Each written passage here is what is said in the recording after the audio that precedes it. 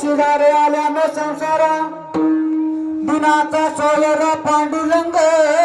महाराज म्हणतात बाबा या मृत्यू लोकांमध्ये त्या ठिकाणी तुम्ही जन्माला आलात ना, मग जन्माला आल्याच्या नंतर त्या ठिकाणी माणसाच्या जीवनाची इथे कर्तव्यता काय असेल तर त्या भगवान परमात्म्याला पाहणं इथे कर्तव्यता आहे. म्हणून एकदा तुम्ही काय करा, महाराज म्हणतात पंढरी शेजारी आल्यानो संसारा, या संसारामध्ये त्या ठिकाणी तुम्ही जन्माला आलात ना, मग तुम्ही काय करा, पंढरपूरला जा. का हो महाराज, पंढरपूरला गेल्याच्या नंतर काय होईल? महाराज म्हणतात बाबा तो भगवान परमात्मा आहे ना, तो दिनाचा सोयरा आहे. खरं सांगू का तुम्हाला? ऐका. मग तुम्ही म्हणता नाही नारदाच्या गादी येऊन खोटं बोलता का? अजिबात नाही. ऐका, तो भगवान परमात्मा खरंच दिनाचा सोयरा आहे बरं. आपण व्यवहारातले जे सोयरे दायरे आहेत ना महाराज, ते फक्त आपल्या स्वार्थापोटीचे सोयरे दायरे आहेत. पण ऐका, हा भगवान परमात्मा एवढा मोठा सोयरा त्या ठिकाणी आहे. महाराज म्हणतात तो भगवान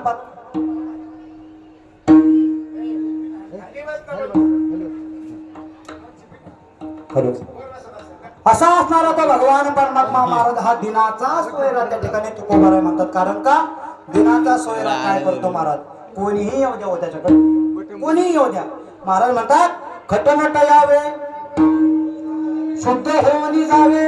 महाराज म्हणतात कोसाही येऊ द्या त्याच्याकडे आणि कोणीही येऊ द्या, त्याला त्या ठिकाणी भगवान परमात्मा रिकाम्या हाताने पाठवत नाही. ऐका बरं, पैठण क्षेत्रातला एक फार मोठा महान भगवत भक्त, काय नाव होतं त्याचं? कुर्मदास. ऐका, त्या कुर्मदासाचा त्या ठिकाणी त्या कुर्मदासाची अवस्था जर पाहिली तर त्या कुर्मदासाला ऐका गुडघ्यापासून पाय नाहीत आणि या कवट्यापासून हात नाहीत. असा असणारा तो कुर्मदास, परंतु पैठण क्षेत्रामध्ये राहत असताना त्या ठिकाणी ज्यावेळेस पैठण क्षेत्रामध्ये त्या ठिकाणी भानुदास महाराजांचं कीर्तन चालायचं. ऐका बरं, आणि त्या भानुदास महाराजांचं कीर्तन चालू झालं की त्या ठिकाणी त्या कुर्मदासाने आपल्या आईला म्हणावं, आई मला हात नाही, टाळी वाजवता येत नाही, म्हणून मला कीर्तनाला नेत नाही का ग तू? मला जर हात असते तर मी सुद्धा त्या परमात्म्याचं टाळी वाजवून भजन केलं असतं. आई ऐक ना ग, मला सुद्धा त्या ठिकाणी भानुदास महाराजांच्या कीर्तनाला घेऊन चल ना. महाराज आई ती आई असते बरं. आईचं अंतकरण फार त्या ठिकाणी जावे त्याच्या वंशात तेव्हा कर. ऐका बरं, त्या आईनं महाराज त्या ठिकाणी त्या कुर्मदासाला उचलावं आणि त्या ठिकाणी भानुदास महाराजाच्या कीर्तनामध्ये आणून ठेवावं.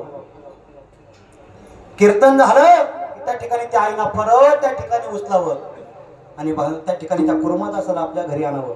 असा बरेच दिवस त्या ठिकाणी चालले महाराज. आता एक दिवस असा होता, त्या ठिकाणी भानुदास महाराजाचं कीर्तन चालू झालं. कुर्मदासाने आपल्या आईला सांगितलं, अगं आई महाराजांचं कीर्तन चालू झालं, चल ना मला कीर्तनाला घेऊन. त्यावेळेस ती कुर्मदासाची आई म्हटली, बाळा अरे आता माझं वय झालंय, आता मला त्या ठिकाणी तुझं ओझं उचलत नाही. पण महाराज हट्ट केला कुर्मदासाने, नाही आई काहीही झालं तर त्या ठिकाणी मला तू आज कीर्तनाला घेऊन चल.